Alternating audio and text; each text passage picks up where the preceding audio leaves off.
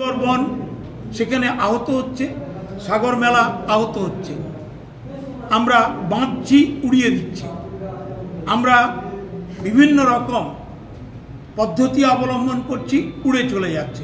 এই লাস্ট লক্ষ্মীর কোটালে যে আঘাতটা সাগরে এসছে আপনারা নিশ্চয়ই দেখেছেন, রাস্তা ভেঙে দিয়েছে, উড়িয়ে দিয়েছে আপনার বালি এবং মাটির যে উচ্চতা ছিল, এগুলোকে আমরা আবার রেজুভিনেট করব, এগুলোকে আবার রিস্ট্রাকচারিং করব, কারণ গঙ্গাসাগর মেলা আমাদের সর্বশ্রেষ্ঠ মেলা।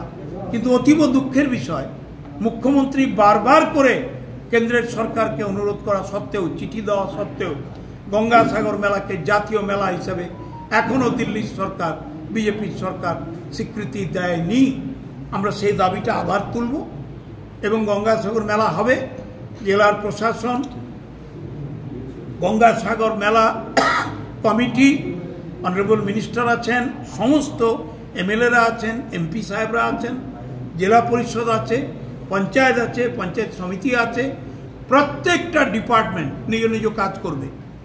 তার সঙ্গে ইরিগেশন, যে কাজটুকু আমাদের ঘাড়ে পড়ছে বা পড়বে আমরা সেটা করব। কোনো রকম খামতি রাখা যাবে না? নো, একদম না, কোনো খামতি না, করতে হবে। ঠিক আছে, এটি কমিটমেন্ট করতে হবে। আরেকটা জিনিস